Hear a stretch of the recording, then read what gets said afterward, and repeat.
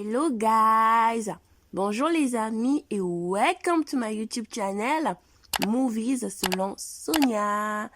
Ici nous parlerons de tout ce qui est film, séries, actu, ciné en Afrique et pourquoi pas ailleurs. Je vous invite donc à décrypter le cinéma avec moi et selon moi et j'espère que vous aurez beaucoup de fun. Ici, donc, je vous invite à résumer un film de SB Productions avec moi, un film qui s'intitule Démasqué.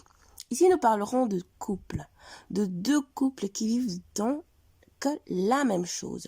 Ce sont des couples qui vivent dans leur foyer, qui vivent des crises au sein de leur foyer respectifs, mais qui ont pour point commun le fait de faire semblant aux yeux du monde. Le premier couple dont nous parlerons ici, c'est le couple d'Omar et Sila. Omar est un homme très affectueux et très amoureux de sa femme, mais Sila est une femme qui lui fait vivre la misère au quotidien. Mais c'est une douceur en public. Mais pour Omar, le divorce n'est pas envisageable. Donc il souhaite juste que sa femme change et qu'elle soit plus à l'écoute de ses souhaits. Sila est une vraie lionne entre quatre murs, mais une douceur, une femme parfaite en public. Sila est une femme parfaite en public, la douceur incarnée. Personne ne pourra rien lui reprocher, personne ne pourra rien lui dire. Mais, en fait, c'est un masque qu'elle porte. C'est un masque qu'elle aborde parfaitement, telle une vraie hypocrite. Ce qui rend son mari Omar fou de rage. Ce qui rend son mari Omar hors de lui, à telle enseigne que personne n'arrive à comprendre son attitude quand il a essayé de lui faire des petites douceurs, des petits gâtés, des petits câlins devant les gens et qui lui mettent hors de lui parce que il sait que sa femme n'est pas ce qu'elle prétend être devant les gens. Il sait que sa femme n'est pas ce qu'elle prétend être en public.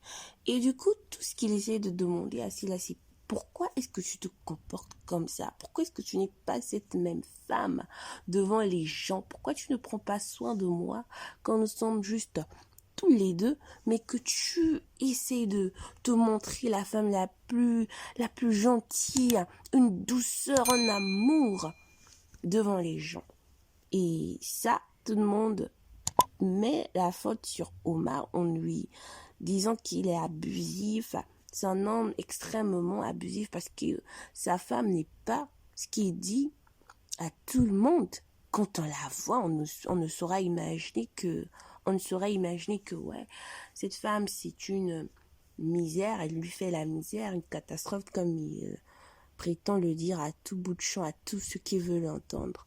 Et voilà donc le paradoxe dans lequel Omar se trouve, dans lequel ce couple d'Omar et Sila se trouve.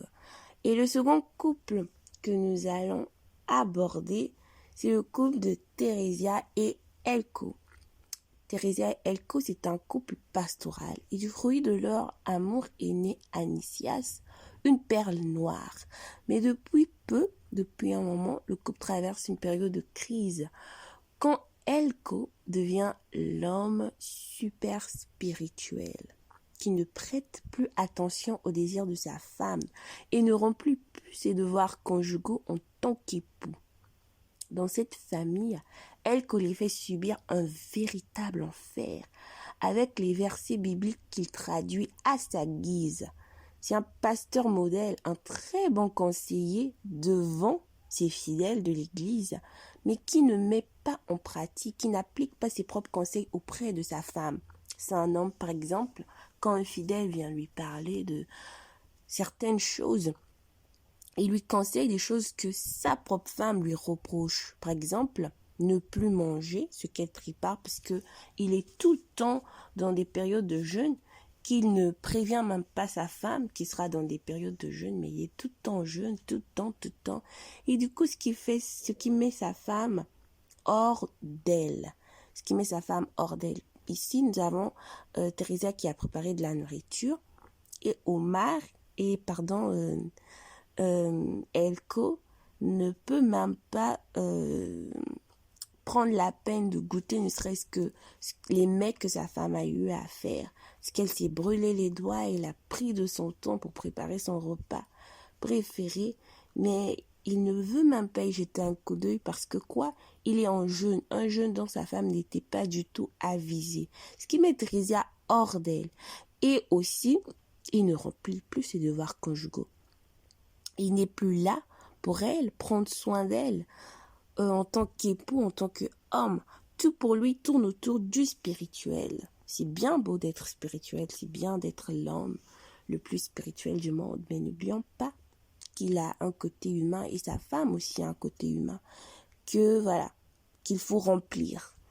Et donc, ce sont les mots qui minent ces deux couples. Omar ici, là, traverse les mêmes problèmes. S'il ne veut plus remplir ses tâches et ses devoirs conjugaux, ne serait-on pour quelle raison ne veut-elle plus les remplir et quel est le problème derrière tout cela?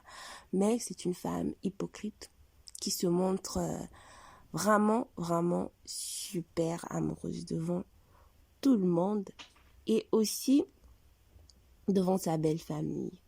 Ce qui vient de même pour le couple Theresia et Elko, le monsieur super spirituel et qui tout de même ne remplit plus aussi ses devoirs conjugaux.